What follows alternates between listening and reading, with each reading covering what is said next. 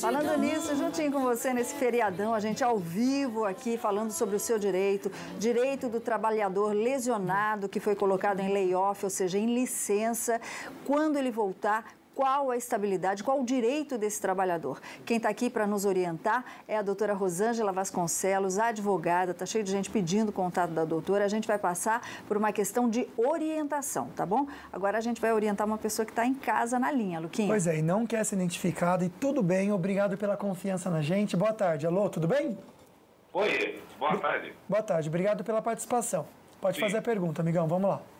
É uma dúvida qualquer de tirar com a doutora Rosângela, que eu já tenho uma causa de acidente de trabalho há 4 anos atrás, que ela já está com uma causa minha, e foi aprovado o perito e o juiz aprovou, e eu gostaria de saber por que ainda eu não estou recebendo esse benefício. Eu estou numa situação complicada, sem dinheiro para pagar nem energia. Minha filha que está me ajudando, me sustentar e Vamos ver a orientação da Seu doutora. Edmond Laranjeira, liga no escritório toda semana. Ele aqui em São José, a perícia dele não foi favorável, é um processo extremamente trabalhoso, ele sabe disso.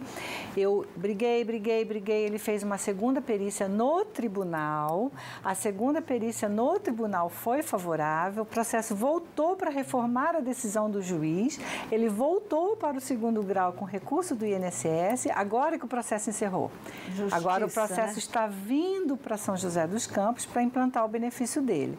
O dele é um caso de uma aposentadoria por invalidez acidentária. Entendi. Mas foi um processo bem trabalhoso, graças aos recursos previdenciários e à morosidade processual. Ok. Rosângela, conta para mim.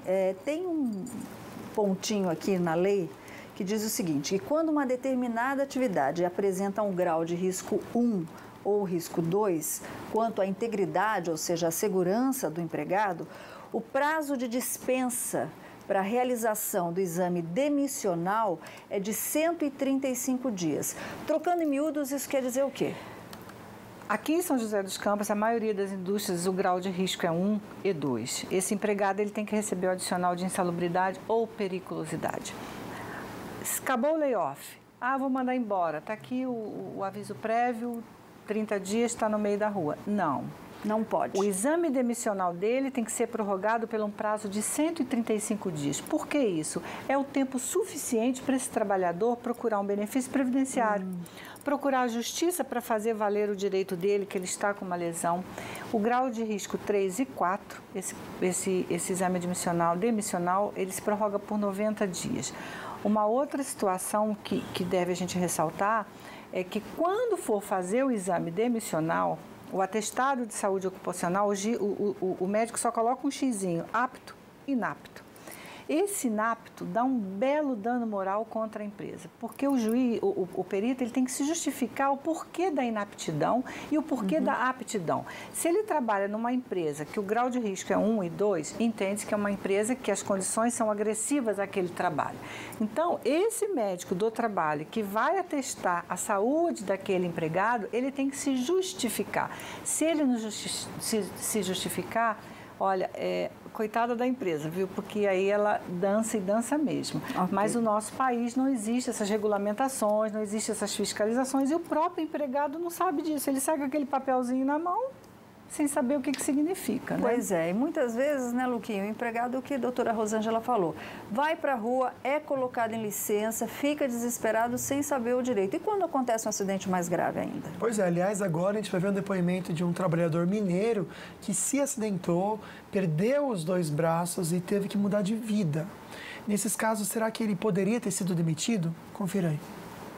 A profissão que eu exercia na empresa, em uma empresa siderúrgica em Minas, era de eletricista de manutenção, aonde sofri um acidente no meados de 94 e tive a perda dos meus 2 braços decorrente a esse acidente na área elétrica.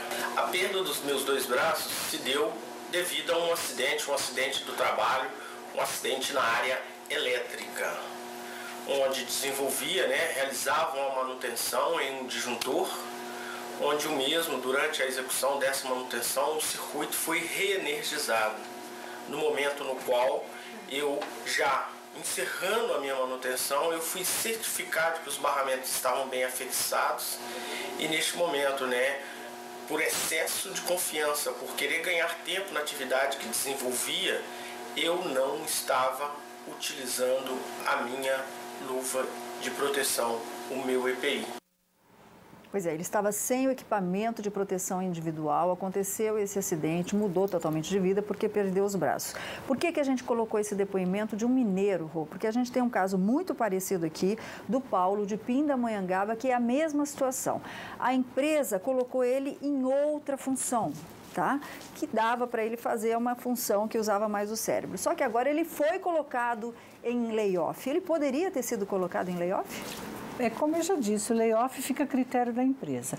Aquele primeiro caso, ali a gente não está configurando o dolo da empresa, ou seja, a intenção de prejudicar aquele trabalhador, pelo fato dele não ter usado o EPI. Ele tem treinamento para isso, ele sabe que ele tem que se proteger.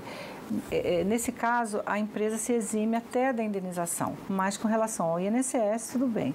Esse segundo caso que você falou, como eu já disse, a empresa pode disponibilizar esse empregado e esse empregado, depois, diante dessa disponibilidade, procurar a reintegração ou a indenização por dano material ou estético.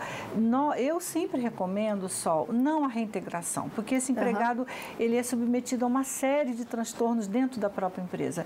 A gente sempre indica a uma pensão vitalícia. A empresa tem que bancar esse empregado até ele morrer e tem que sustentar essa família porque o chefe de família está desempregado. Então, esse é o meu entendimento, né? Alguns entendem que a reintegração é mais viável, eu entendo que não. Ok, a gente está com a pergunta aqui de um empresário que a gente vai responder daqui a pouquinho, viu, Luquinha? Ele diz o seguinte: no caso do trabalhador lesionado, que a empresa tenha conhecimento, e esse trabalhador vai ser colocado em layoff, a empresa tem que fazer algum tipo de exame antes dele ser colocado em licença para se garantir ou não? A gente vai responder já já, viu, Luquinha? Pois é. Olha que interessante, que bacana, hein, gente? Uma brasileira ganhou uma bolsa de estudos para estudar em uma universidade dentro de uma unidade da NASA, após ter encontrado uma solução para ajudar a resolver a questão da falta de água, um problema global que já atinge fortemente cidades como São Paulo. Mariana Vasconcelos, de 23 anos, criou uma plataforma que conecta um aplicativo para celulares a sensores instalados na terra, para que os agricultores saibam a quantidade exata de água necessária para a atividade agrícola. A jovem empreendedora diz que o sistema promove uma economia de água entre 30% e 70%. Algo bem legal mesmo, né? E olha que susto, gente. Um tubarão de 2,5 metros de comprimento foi visto nadando pertinho de casas em um condomínio. Que medo, hein, Solange? Ó, a gente já conta pra você onde que foi isso, mas tem recadinho especial pro pessoal de casa. Oi, Solange, estou aqui ligado no Falando Nisso, estou assistindo. Muito parabéns para vocês pelo programa. Obrigado.